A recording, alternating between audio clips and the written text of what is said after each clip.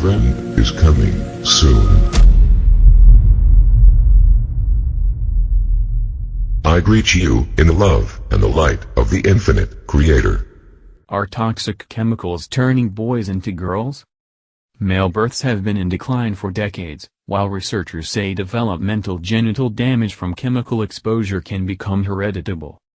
Endocrine disruptors sabotage the male fetus. In the dark warmth of the womb, a miracle unfolds silently and inexorably. An unrecognizable glom of cells begins to take shape according to a master plan laid down eons ago. The tiny mass that will soon form a priceless treasure burgeons into human form with fingers, toes, and a minuscule nose. It is female, and only nature can read the instructions that determine whether the being remains female or transforms into a male. The evolution of this minute universe parallels that of our immeasurable one, a Big Bang followed by unceasing organization of shape and form using the impetus of that force. Whether our boundless universe has proceeded according to plan may be a theoretic issue. Whether this tiny universe follows its own plan is a chemical one. Where are the boys? As early as April of 1998, the Journal of the American Medical Association quietly released a special report that revealed puzzling news. The number of males born in industrialized nations has dropped dramatically since 1970. Constituting a serious reversal in earlier trends. Records up to 2014 show that trend continuing. Human male births have always held a marginal advantage, probably nature's way of ensuring that enough of the somewhat more physically vulnerable male infants will survive. Earlier last century, between 1900 and 1950, typically as many as 106 males to every 100 female babies were born. Probably because obstetrical practices improved so much that more male babies survived pregnancy and delivery. Census figures after 1970 indicate a trend reversal, a significant reduction in the number of little boys born. Today in industrialized nations, including Canada, the USA, Sweden, and the Netherlands, that ratio has dropped significantly, a shift which over 4 decades translates to at least one male less than 1,000 births or about 80,000 to 100,000 fewer males in a population as large as the USA over the world. That adds up significantly, creating a red flag for humanity. Although in a population of 325 million, 80,000 seems like a drop in the proverbial bucket, the real mystery exists in what is happening to these little boys. While it may seem counterintuitive, top environmental scientists say these little boys may be being born female. This disturbing and unnatural alteration in sex ratio represents a potential threat to both our species' survival and our cultural norms if the trend continues. And because scientists have identified a clear and reversible cause for this change, they have designated the shift a sentinel health event, a significant and preventable change in world health. The decline gives no hint of slowing. Male numbers appear to be progressively decreasing in proportion to girls. The culprits? Synthetic chemicals pretending to be hormones, endocrine disrupting chemicals, EDCs. This revelation comes as no surprise to anyone who understands fetal development. Gonadal cells that build male and female sex organs proliferate more rapidly than most other cells, such as bone or muscle, in a developing fetus.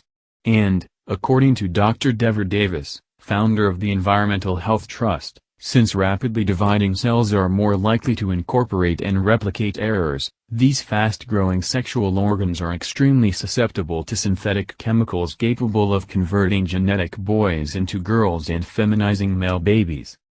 But how can a chemical change the sexual future of a human being? The answer lies in the fact that human sexual development depends on delicately balanced biochemical processes.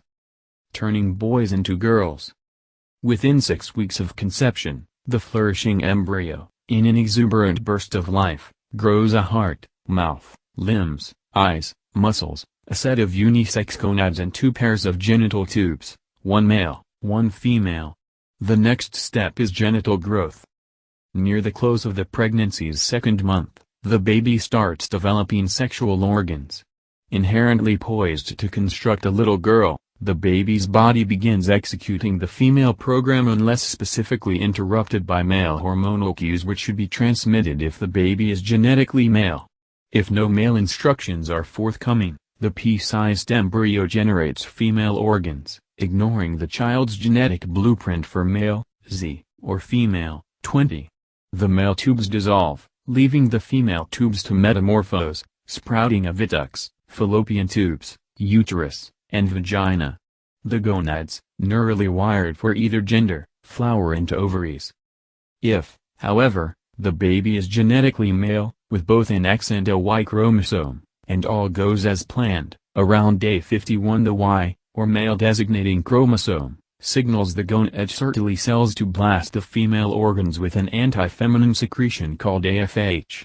The object is halting female development so male construction can proceed. Under this barrage, the female ducts shrivel like abandoned fruit, almost disappearing within days. With these structures out of the way, the female volition is sapped, allowing the evolution of male sex organs from the androgynous gonads. Once the gonads emerge as testes, these near-microscopic male organs discharge the male hormone, testosterone, driving the cultivation of even more male features. Testosterone first directs the male ducts to build a bridge between the baby's testes and ejaculatory duct, via a tube called the ductus deferens. Afterwards, testosterone action propels the testes into the scrotum, providing the baby with a full set of male equipment. However, if anything obstructs the hormonal processes that destroy the female ducts or that trigger male development, male genitals will not form. Even if the baby possesses the male, Y, chromosome, he can become a phenotypic, or physical, female endowed with female genitalia and a feminine appearance. His body will be female, his genetics, male. This process of male genitalia development is induced by Mullerian inhibiting substance, MIS, which is produced by the pre-Sertoli cells of the early testis. In the presence of Mis and testosterone, the Mullerian duct regresses and the Wolffian duct differentiates into the vas deferens and epididymis. In their absence, the Wolffian duct regresses and the Mullerian duct develops into the oviduct, uterus, and upper vagina, resulting in a female phenotype. Epigenetics of male genital disruption. But what could block the male instructions programmed into Z chromosomes long before our ancestors stood on 2 feet? The answer is anything that affects the human hormones these sex chromosomes command. Male genital construction depends upon sex, or steroid, hormones which mandate the male baby develop a penis and testicles. Since testosterone, estrogen, and AMH are all steroid hormones, anything that modifies levels of these hormones can invert the normal sexual development of a male baby. EDCs which are structurally very similar to steroid hormones can subvert this process. Sexual inversion, or the failure to develop sexual organs, preference, or behaviors in accordance with one's genetic sex, creates an incongruity in the baby's sexual makeup when the hormone plan is corrupted. Timing is crucial. Genital development transpires during critical phases in which the right hormone must hit the right place in the right proportions. Like a vehicle entering heavy traffic, a lack of power, an error in perception, or a timid driver, can create a disaster. However, once the hormonal hit is made, it is irreversible. Male anatomy is either initiated or diverted. Synthetic chemicals can create these silent switches in nature's plan. EDCs we encounter every day can alter the sex hormone balance, preventing male genitals from growing properly. By suppressing testosterone or by enhancing or mimicking the female sex hormone, estrogen, they can undermine the natural testosterone messages surging through a growing fetus. For instance, estrogen mimics like dioxin, a widespread pollutant and potent endocrine disruptor, can intercept and overcome a hormonal message from a male gene. Dioxin also acts as a testosterone flusher, reducing male hormone concentrations so much that the male action may not be stimulated adequately. Testosterone suppressors like DDT can block testosterone's position on a receptor. Hormone stimulators can intensify the action of a natural hormone so much that the system shuts down and refuses to receive a male go-ahead signal. In fact, Research substantiates that exposure to EDCs at a crucial time can disrupt the entire genital sequence. Even a single tiny dose of dioxin fed to lab rats during genital differentiation disrupts sexual development in the male babies. But the effects are not limited to rats. We occasionally see examples in humans in real life. The EDC disaster. In the summer of 1976, a medicinal soap factory in the tiny northern township of Seveso, Italy, spewed a huge cloud of chemicals containing dioxin traces over 5 Italian towns. When a reaction container safety valve ruptured from the pressure of hot trichlorophene, 736 persons living in the area of highest contamination evacuated their homes for over a year. An international medical team attended 4,700 more from surrounding areas for the next decade. Cleanup by plant owners and the Italian government took 8 years. Many homes were demolished and rebuilt outside boundaries of the contaminated zone. Bulldozers scraped up and removed tons of topsoil. The accident changed the lives of people who worked at the plant or lived within the contaminated zone. The accident happened in the middle of the night and they knew nothing for 2 days. Then, their skin started burning. Many children developed blisters so severe they had to go to the hospital.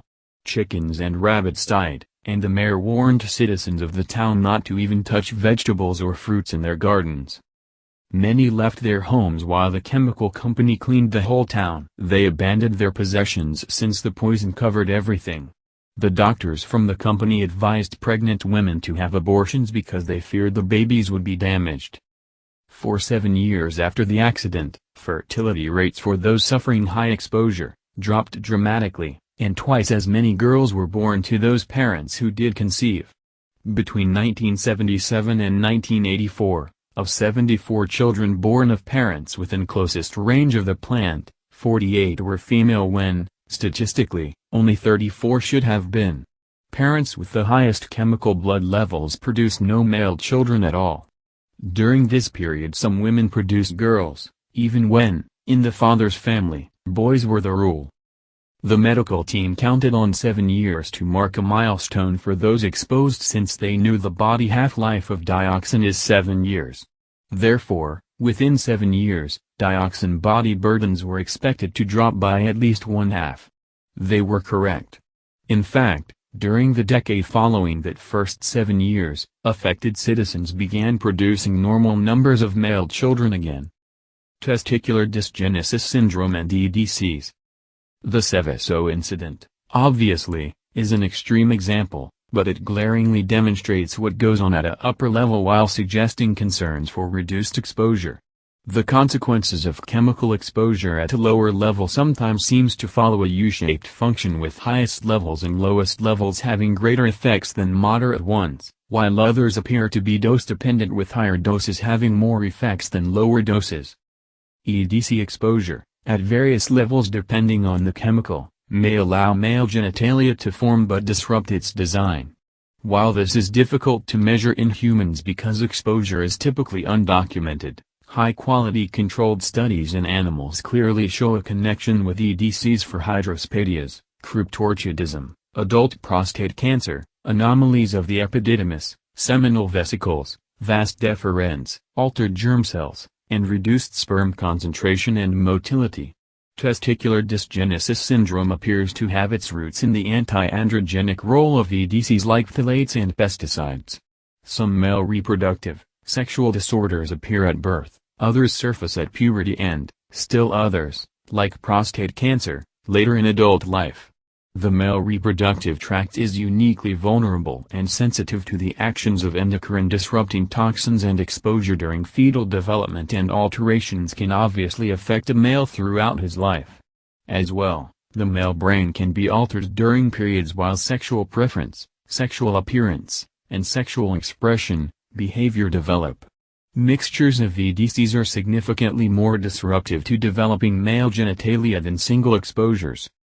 In addition, several other congenital disorders have been studied with an eye to the etiology of disease states: congenital adrenal hyperplasia, androgen insensitivity syndrome, Klinefelter syndrome, and hypothalamic hypogonadism may also result from chromosomal or genetic abnormalities or may be induced by chemical exposure during fetal development. Some of these disorders may be passed on forever. Persistent alterations in the epigenome that occur with fetal exposure have been shown to be transgenerational over many generations in rats, with no observed decline in effect. These concerns should stimulate our society and the world in general to rebel against the present out-of-control chemical toxin production and use. Our money gives us the power to make changes in our environment.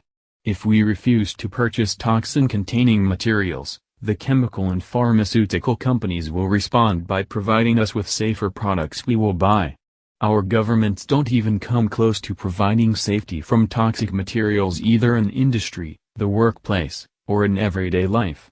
Many of the EDCs to which we are regularly exposed have been grandfathered in as safe with no testing or evaluation by regulators. With all the scientific research accumulated on the destructive effects of EDCs, it seems unconscionable that authorities allow these activities to continue. To date, only a few EDCs have been banned, and even then, for some, existing supplies can remain in use. Many pregnant women work and live around EDCs daily with inadequate protection. For instance, a woman who works in a farm, garden store gets daily exposure to organophosphate pesticides, herbicides, fungicides.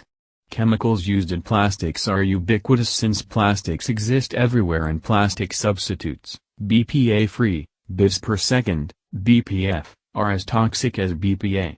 Most women are unaware that when they walk in the park or through public buildings, or if they live downwind of a farm where growers used chemical pesticides, they are exposed to EDCs which pass on to their developing fetus.